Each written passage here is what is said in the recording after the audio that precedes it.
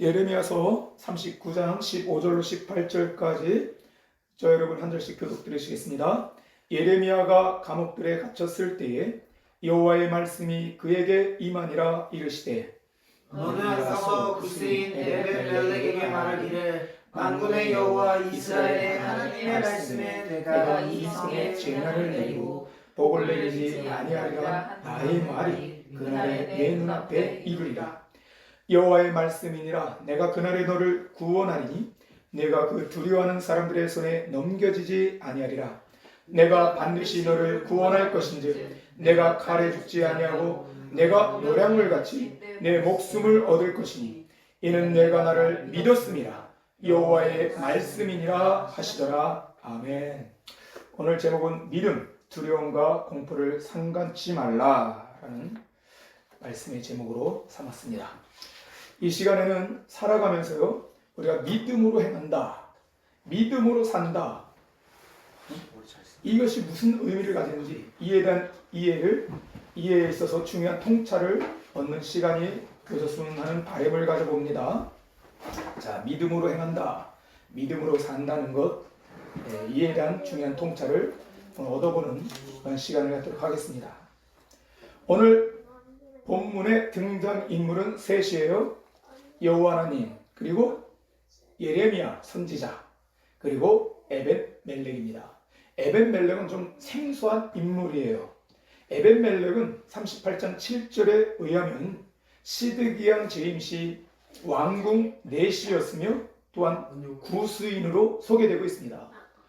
구스인이라면 이 구스인 들어봤죠?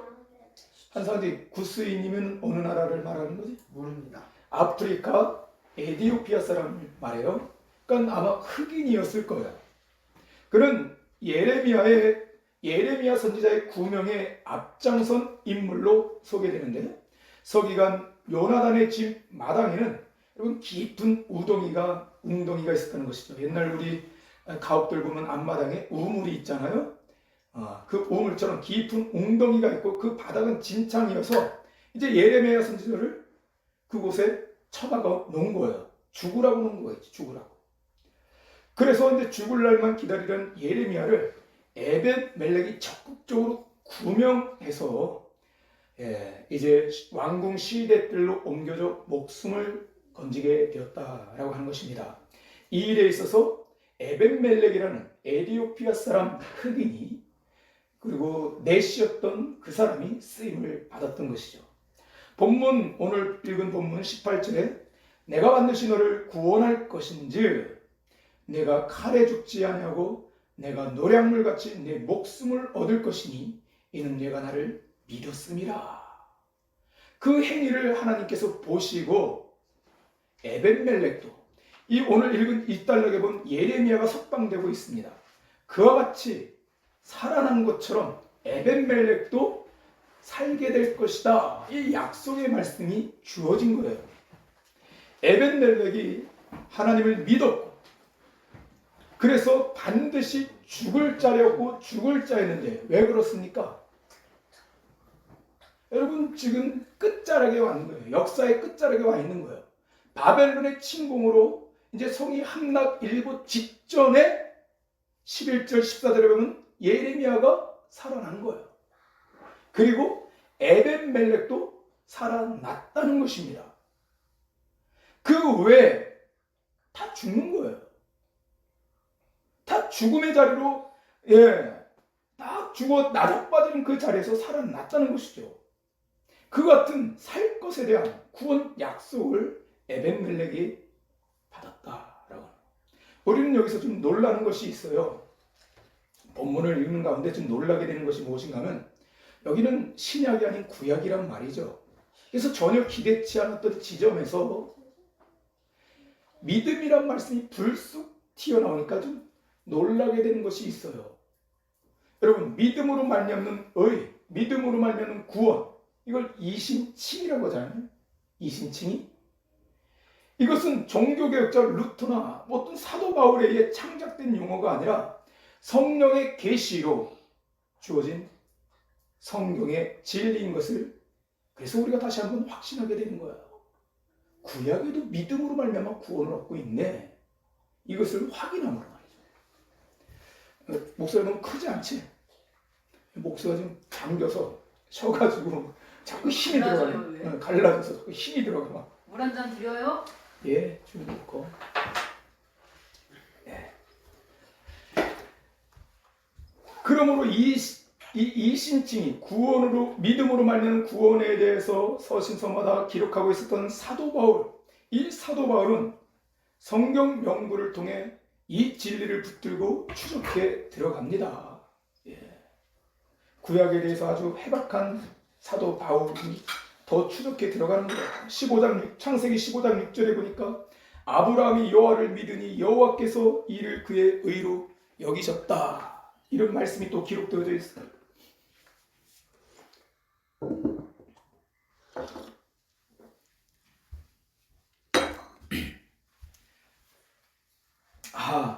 사도 바울이 여기서 깨닫는 것이 있어요. 사람이 의롭게 되는 것은, 사람이 의롭다 이렇게 평가받게 되는 것은 700년 뒤에 나타난 율법으로 말미암는 것이 아니구나. 하나님을 믿음으로 하나님의 의에 이른다. 이 이신칭의의 교리를 그가 깨닫게 된 거예요. 이것이 성경의 진리인 것을 그가 또 확인하게 되는 것입니다.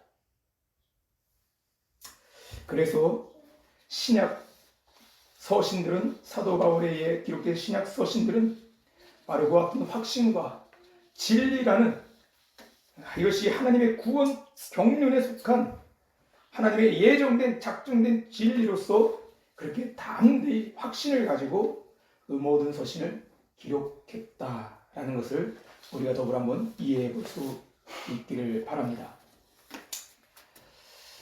자, 우리가 이 에벤멜렉이 믿음으로 말미암아 구원을 받게 된 이 사건을 통해서 생각해 볼 것은 에벤멜렉이 드러낸 믿음이 무엇이냐 말이죠. 그래서 믿음의 행위, 믿음으로 산다는 것이 무엇인가를 우리가 좀 더 구체적으로 더 깊이 추적해 들어가 보고자 하는 것입니다. 여러분, 그 바벨론이 침공으로 동시대 예루살렘 성에 있던 모든 사람은 다 죽었어요.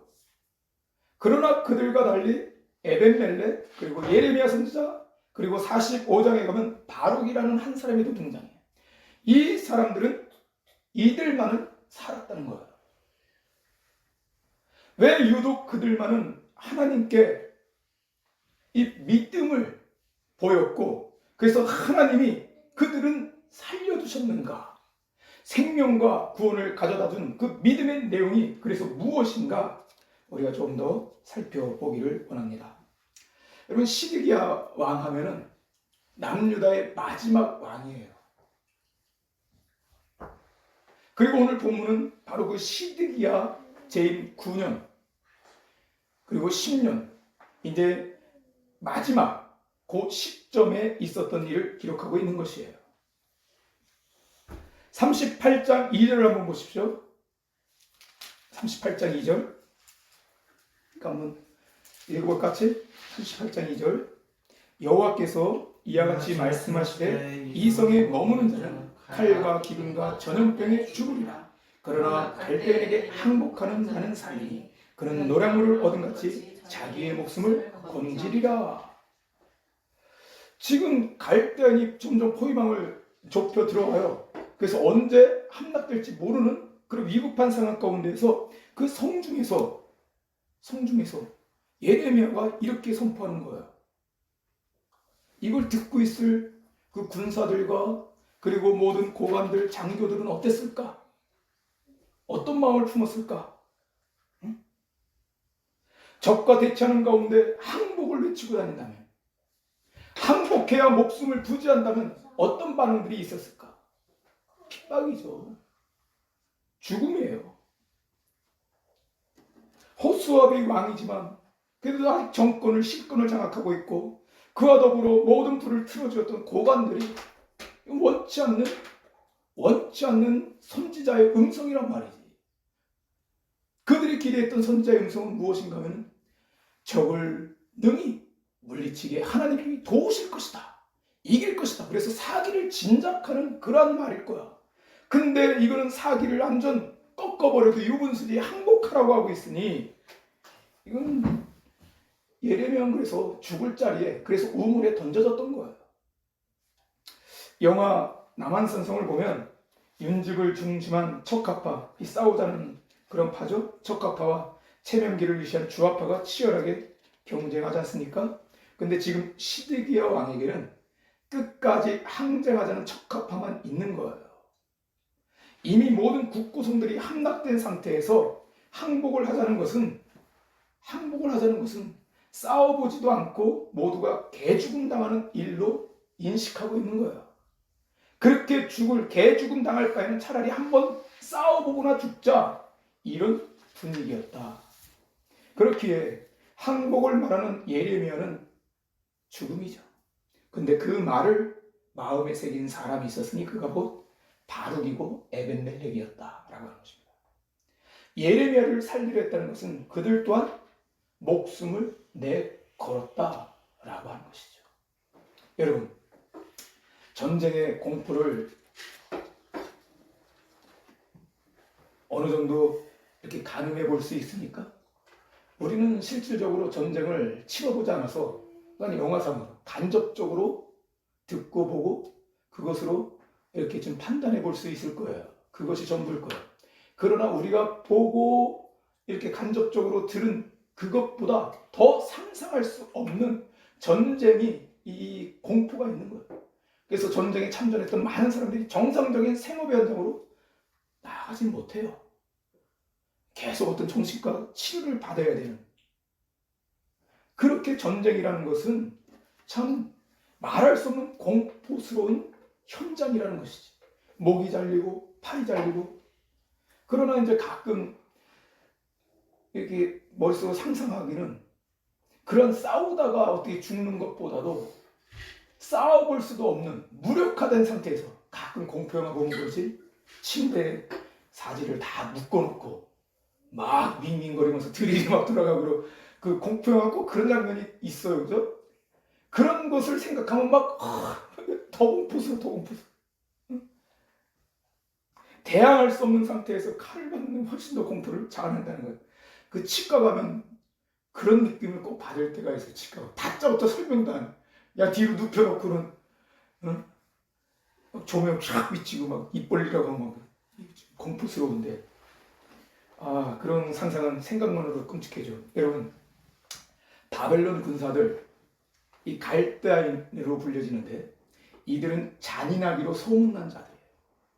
임산부의 배를 가르고요, 아이를 돌에 패대기 치고, 5.18 때도 우리 학생 때는 그런 루머가 좀 있었는데 사실인지는 모르겠어. 총칼로 계엄군이 임산부 배를 갈랐다, 이런 얘기도 좀 돌기도 했었는데 사실 확인은 안 됐는데, 인간이 그 정도로 잔인해질 수 있는데 이 바벨론 군사들이 그랬다는 거죠. 아주 상상 그 이상이었다는 거야. 아이를 막 돌에다 패대기 치고 던졌어. 그 성경에 기록되어 있을 거야. 그런 살상자. 그것을 이스라엘 그 예루살렘 성 안에 있는 모든 사람이 다 경험하고 익히 아는 내용인데, 그것을 알고 있기 때문에 그냥 순순히 항복한다는 것은 쉽겠습니까? 어렵겠습니까? 차라리 싸우다가 죽는 것을 더 택할 거예요. 그렇죠? 그럴 것 같다는 것 같아. 하박국 선지자는 그 가공할 공포, 점점 조여오는 그 공포를 이렇게 표현해요. 하박국 3장 16절에 내가 들었으므로 내 창자가 흔들렸고 그 목소리로 말미암아 내 입술이 떨렸도다. 무리가 우리를 치러 올라오는 환난 날을 내가 기다림으로 썩이는 것이 내 뼈에 들어왔으며 내 몸은 내 처소에서 떨리는도다. 바벨론 군사가 막 진격해오는 그 말소리, 막 그 북소리를 들으면서 침상에서 입을 뒤집어 쓰고 분노를 떨고 있는 거예요. 이런 모습을 기록하고 있는 거예요. 하박국 선지자.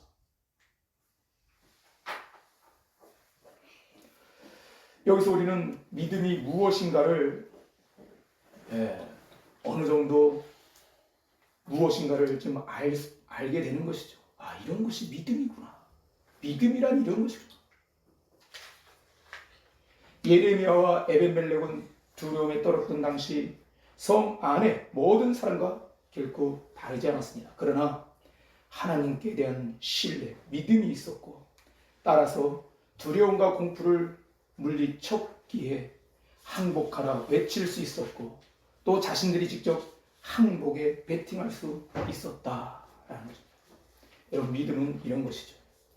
말씀하신 하나님을 신뢰하지 않고 어떻게 항복하겠는가? 그 두려움과 공포를 이길 수 있겠는가?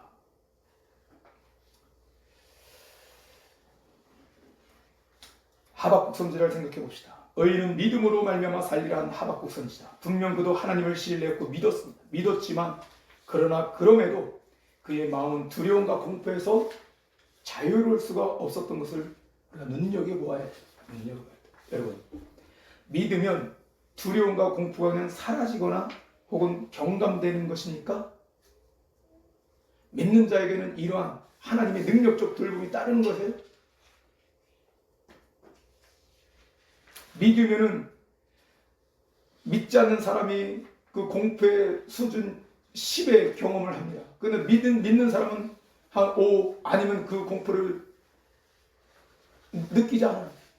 공포가 사라져요. 없어져요. 이렇게 되는 것입니까?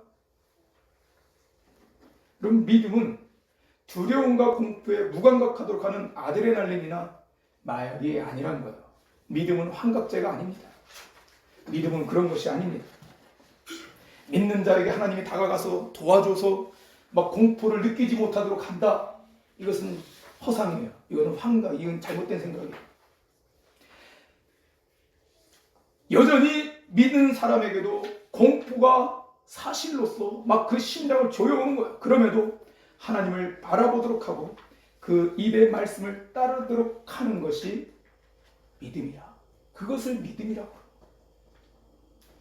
그렇게 하박국 선지자는 뼈가 흔들리는 그와 같은 상황에서도 이렇게 고백하며 노래했던 것입니다. 입을 푹 뒤집어쓰고 막 떨려, 막 오한이나 뼈가 막 드드드드 떨려. 그러나 그럼에도 믿음으로 선포한 거야. 노래한 거야. 비록 무화과 나무가 무성하지 못하고 포도나무에 열매가 없으며 감람나무에 소출이 없으며 밭에 먹을 것이 없으며 우리의 양이 없으며 외양간에 소가 없을지라도 그렇게 해서 싹 초토화되고 싹 쓸어버리고 그렇게 다 죽어 나자빠진다 할지라도 나는 여호와로 말미암아 즐거워하며 나의 구원 하나님으로 말미암아 기뻐하리로다. 이게 믿음이에요. 그러므로 믿음을 앞세워서 두려움이 없기를 꿈꿔서는 안 돼요. 공포를 안 느끼고 공포가 없기를 원하는 삶, 그것을 기대해서는 안 되는 거예요. 우리 자신에게 한번 물어봅시다. 우리는 믿음 있는 자입니까? 환경 때문에, 상황 때문에 순종치 못합니까? 아니면 개의치 않고 순종합니까? 어떤 심리적인 두려움에서 뒷걸음질 칩니까? 아니면 개의치 않고 전진해 갑니까?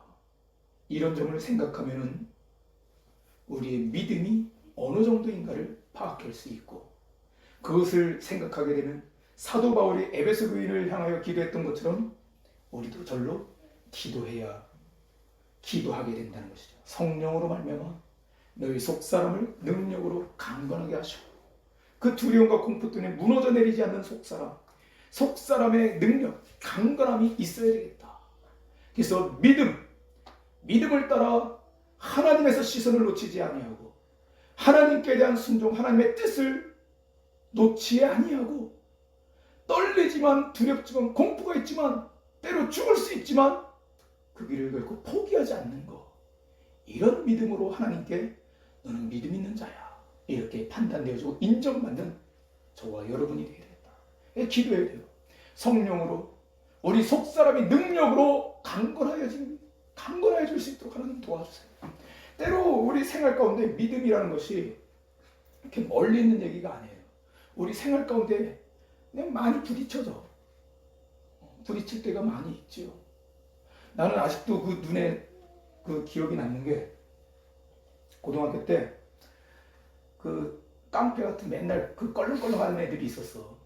그 가운데 한 녀석은 그 합기도 그걸 수련해가지고 걔는 또 좀 애들을 괜히 또 더 못 살리고 그 같은 또래인데 걔가 길거리에서 그 같은 또래 그 껄렁껄렁한 애가 좀 까불까불 하니까 걔를 갖다가 때리는 거야. 때리는데 야비하게 쳐.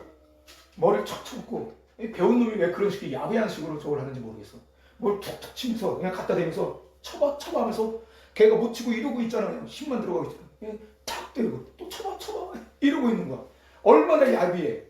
그러니까 내가 그 이제 집에 가다가 이제 학교 정문을 나섰는데 그러고 있으니까 그걸 옆에 지나쳐 가면서 보면서 저 새끼 되게 야비하네 저거 한테 어떻게 좀 했으면 좋겠다. 마음이 막 굴뚝같이 익었어. 그런데 그걸 못한 거예요. 그게 아직도 막 그게 떠올라. 차는 게 잘하는 게 잘하지만 맨날 똑같은 녀석들이라고 그러긴 한데 그 야비한 그걸 그런 일들은 많죠. 그냥 은근슬쩍 피해가고 은근슬쩍 그냥 변명하고 그냥 외면하고 이럴 때 많은 거예요. 그래서 우리 속사람이 능력으로 하나님이 주시는 능력으로 늘 강건함을 입는 그런 저와 여러분이 되어지는 것, 이를 위해서 기도해야 되겠다라는 생각을 해봅니다. 주님은 주기도문을 통해 이렇게 기도하라 했습니다. 우리를 시험에 들게 하지 마시오며. 시험에 들게 하지 마시오. 이게 무슨 기도일까요? 여러분, 공포와 두려움에 사로잡혀 믿음의 자리에 있지 못하고 도리어 배반하고 부인할까봐, 불순종으로 치달아갈까봐 이 기도를 하라고 하는 겁니다. 누가 그래서 배반했죠? 그 죽음의 위협 앞에 공포와 두려움에 떨어서 제자리에 도망하면서 또 멀찍이 그래도 양심은 있어서 쫓아갔다가 너 거기 있었지? 너도 예수 거기 있었지? 예수 같은 무리지? 제자지? 하니까는 누가 부인해. 베드로가 그랬죠. 부지불식간에 이렇게 우리는 부인하는 일들이, 외면하는 일들이 부지불식간에 다가오는 거예요. 뜻하지 않은 장소에서, 예기치 않은 상황에서, 생각지 못한 일들을 통해서 이럴 때 그냥 넋 놓고 있으면 다 부인하고 그냥 낮아빠지는 거야. 그래서 시험에 들지 않게 깨어 기도하라.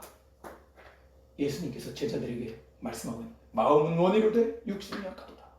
시험에 들지 않게 깨어 기도하라. 주기도문으로 해가지고 명문하시고 우리를 시험에 들게 하지 마시오며 늘 깨어 있으라는 얘기죠. 깨어서 기도하는, 하나님을 도우심을 간구하라는 거야. 그래서 늘상 성도는 믿음을 위해서, 믿음으로 행하고 믿음으로 살기 위해서 우리가 깨어 있어야 되고, 그래서 우리 속사람이 강건해지기를 또한 기도해야 된다. 우리가 잘못 아는 것이 있어요. 아까도 조금 언급했지만 여러분, 두려움의 형벌이 따른다 안 따른다, 이런 말씀 들어봤어요? 두려움에는 형벌이 따른다. 두려움은 형벌이 따른다 라고 해요. 요한일서 4장 18절의 말씀입니다. 그래서 두려움이 마치 잘못된 것이냐 오해하는 일들이 많이 있어요. 그러나 여러분, 그것은 잘못된 오해예요. 잘못된 지식이에요. 건강한 사람이 두려움을 가지는 겁니다. 건강한 사람에게 두려움을 느끼는 거예요. 그래서 미리 대처하기도 하고 예비하기도 하고 준비하기도 하는 거예요. 그래서 지혜로운 모양으로 피해가기도 하고 극복하기도 하는 거예요. 두려움을 느낀다는 것은 지극히 건강한 일이에요. 두려움이 없다, 두려움을 모른다, 그는 믿음 좋은 사람이 아니라 오래 못 살 사람이다, 이렇게 생각하면 맞죠. 믿음 좋은 사람이 아니라 병든 사람이에요. 믿음은 두려움을 이기도록 하지 두려움을 없도록 하지 않는다는 거예요. 그러나 때로 두려움 없는 순간을 위해, 두려움 없는 삶을 위해 기도할 때가 얼마나 많은가. 상훈이는 안 그런지 모르겠지만, 어떤지 모르겠지만 아빠는 10대 중반, 20대, 특별히 20대의 이 두려움, 공포, 알 수 없는 두려움과 이 너무 피폐해지도록 마음이, 그래서 두려움 없이 살았으면 좋겠다. 이것을 많이 기도해요. 어떤 성령의 능력을 받으면은 불 받으면 그 두려움에서 벗어나는 줄 알았어. 두려움에서 벗어나는 줄 알았어. 그래서 그렇게 절박하게 기도하고 산에 가서 기도하고 그랬던 거야. 마음의 두려움이 이 탈출하고, 그래서 성령의 능력 받으면은 그런 것이 없게 되는, 탈출하게 되는 줄 알고. 근데 그것이 지금 돌이켜보면 잘못된 기도 방향이라는 것이지. 그 두려움 때문에 더 순종하고 나가야 될 것들을 자기 변명, 핑계대고 나 이 두려움 때문에 못합니다 이래가고 그냥 주저앉아 버릴 때도 많았다는 것이죠. 이것은 믿음이 없다는 것을 증거하지.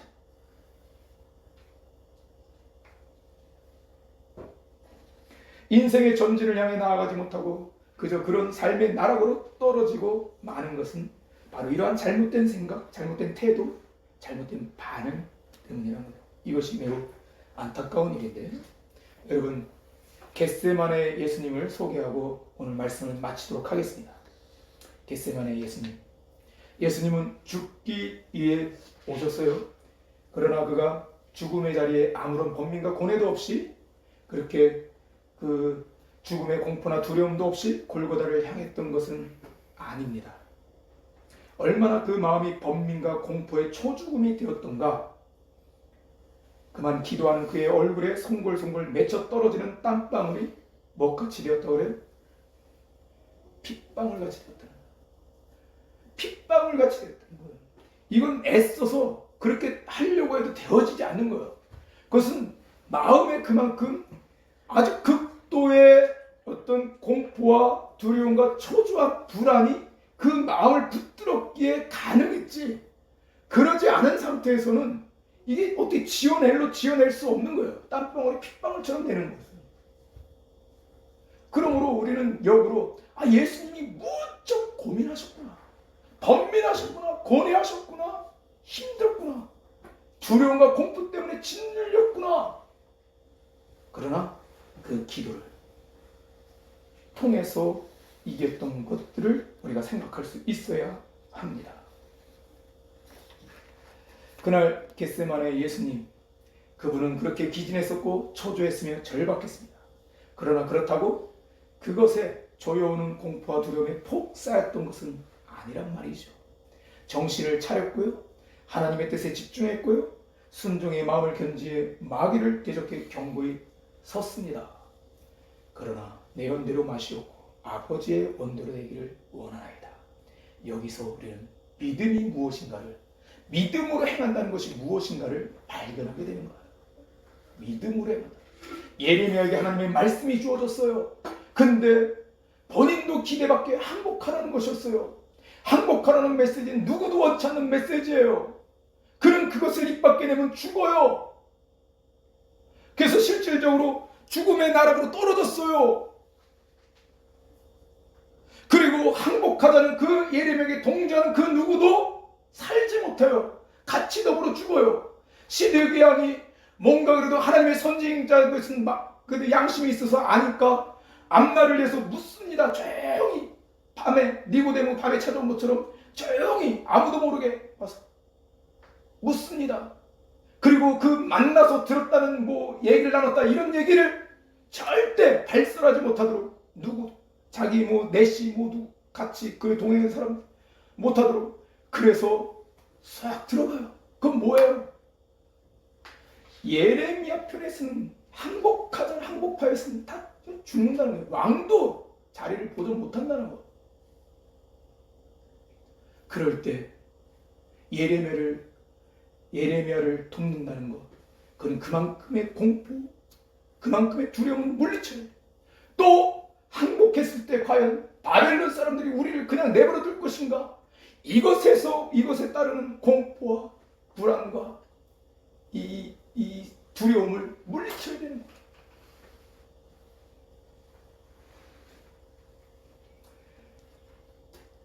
믿음은 그래서 절대로 물러서지 않는 것입니다. 예수님처럼 그러한 큰 공포와 두려움 가운데 있다 할지라도 결코 물러나지 않는 것. 그리고 그러한 예수님의 영적 DNA를 우리가 물려받은 것이에요. 그러므로 우리도 예수님과 같이, 예레미야 같이, 앞서간 선진들과 같이 이렇게 믿음에 동참하는 삶을 삽시다. 교회를 이제 부교육자로서 교회 많은 여러 가지 이제 성도들을 보지만 나아가야 될 때 나가지 못하고 그냥 자빠지는 경우들이 많이 있어요. 변덕이 심한 사람들도 많이 있어요. 감정에 자꾸 이끌린다는 감정을 통제하지 못한다는, 이기지 못한다는, 그냥 그 어떤 감정이 들면 거기에 그냥 헤어나오지를 못하는 거예요. 두려움에 그냥 퍽 쌓이는 거예요. 해야 될 것을 못해요. 그가 10년, 20년 신앙생활을 했어도 그 믿음이 없는 거예요. 히브리서 10장 38절에 나의 의인은 믿음으로 말미암아 살리라. 또한 뒤로 물러가면 내 마음이 그를 기뻐하지 아니하리라 하셨느니라. 39절에 우리는 뒤로 물러가 멸망할 자가 아니요 오직 영혼을 구원함에 이르는 믿음을 가진 자니라. 여러분, 믿음의 행동, 믿음으로 산다는 것은 분명한 목표가 있습니다. 그것은 순종입니다. 순종의 목표, 선한 열매를 향해 나아갈 때 좋은 일만 있겠습니까? 여러분, 역기능과 역조건에 걸려 심한 부하가 걸리듯 스트레스를 받는 거죠. 때로는 불안하기도 하고 때로는 공포스러움에, 두려움에 우리 심령이 매우 힘들어질, 예민해질 때가 있습니다. 그때 되면 모든 것들을 다 내려놓고 포기하고 싶습니다. 포기하고 싶습니다. 그러나 그럴 때라도 믿음의 사람들은 순종을 향한 방향을 갖고 틀지 않는 것입니다. 버티는 거야. 버티는 거야, 믿음은. 견디는 거예요. 그래서 견디다 보면, 맞닥뜨려 보면 거기에 답이 있어. 거기서 이제 하나님에게서 믿음을 요구하시는 거야. 이걸 알게 돼. 거기서 공포가 끝나는 거야. 자꾸만 피하게 되면 더 큰 공포에 짓눌려요. 그러나 직면하고 버티고 서 있으면 때가 되면 그냥 일어났던 구름이 어느 순간 사라지듯, 안개가 또 어느 순간 태양이 떠오르면 다 사라지듯 그렇게 없어지는 거야. 그래서 우리가 결코 예수님처럼 믿음의 자리, 믿음으로 행하는 일에 있어서 이렇게 담대한 예수님을 따라가는 저와 여러분이 되기를 바랍니다. 상준이 막 아까는 막 졸려가지고 막 정신 못 차리고 지금 또 뭐야 지금 총 잡을 수가 없어. 왜? 지금 하도 피곤해서 그러는 거야. 온 거 아니야? 하품해서 몰라. 그지? 하품하면 계속 이상한 분위기를 자꾸 연주해가지고 이게 아닌데 오늘 설교가 지금 나도 보기에 썩 매끄럽지 않은데 이게 아닌데. 절대 그런 거 아니지. 그러나 마음에 하나 새길 것은 믿음입니다. 믿음. 오는 때보다 설교가 은혜가 되네. 나 커피 하나 이게 내가 잘 이게 정리가 좀 안 돼 있어가지고 그렇게 일단 이해하시고 받으시고 네. 핵심만 붙드세요. 한번 기도합시다. 할렐루야. 하나님 아버지, 살아가면 저마다 왜 두려움과 불안이 없겠습니까? 공포스러운 상상과 공포스러운 것들을 생각하면서 하나님, 왜 우리 마음이 힘들지 않겠습니까? 때로는 그냥 비켜가기를 원하는 마음도 있고 그냥 포기하는 마음도 있고 또 다른 하나님의 길이 여실터인데, 이런 생각 가운데 하나님 그렇게 피하고 직면하기를 거부할 때마다 나도 모르게 공포의 씨앗은 더 뿌려지고 공포는 더 크게 돼서 나의 입지는 점점 좁아지는 것, 그것이 참으로 우리가 매양 경험하는 일인데, 이제는 하나님 믿음을 주시옵소서. 믿음에 눈뜨게 하시고 그 믿음으로 행하기 위하여 내 속사람을 하나님께서 만져주시고 능력으로 강건하게 하여 주셔서 두려움에 굴복하지 않고, 극심한 혼란과 불안과 공포가 있지만 예수 그리스도께서 끝까지 그 자리에 머물러 기도함으로 하나님의 뜻을 붙들었던 것처럼 붙들고 나니까 실질적으로 십자가에 달려 죽기까지 다 그가 이겨낼 수 있었던 것처럼 그 가운데 공포는 없었던 것처럼 두려움, 극심한 두려움은 없었던 것처럼 우리 삶에도 그렇게 펼쳐낼 수 있는 믿는 자, 믿음의 자세, 믿음의 태도, 믿음으로 이기는 자 되어질 수 있도록 하나님 도와주시옵소서. 하나님 감사합니다. 도우시고 역사하시고 저들 가운데 위대한 놀라운 일들을 행해 주셔서 지경을 넓혀가게 하시고 지경을 넓혀 사람들을 만나게 하시고 일을 계획하고 도모하고 이루어낼 수 있는 능력 있는 하나님의 종들 다 되어질 수 있도록 도우시고 축복하여 주시옵소서. 감사를 드리고 주 예수 그리스도 이름으로 기도 올렸나이다. 아멘. 찬송 한 장 부르시고 화장실 457장 457장 겟세마네 겟세마네 동산까지. 잠깐 그게 아니야. 뭐야? 몇 장? 몇 장이요? 457 겟세마네 동산에 주를 생각할 때에 네. 근심이나 걱정을 외면할 수 있을까? 나를 항상 버리고 주를 따라가겠네. 빌라도의 뜰에선 주를 생각할 때에 수치됨과 아픈 것 못 견딜 수 있을까? 길이 참고 묵묵히 주를 따라가리라. 갈보리산 올라간 주를 생각할 때에 나의 받는 괴로움을 비교할 수 없으리. 십자가를 지고서 주를 따라가리라. 무덤에서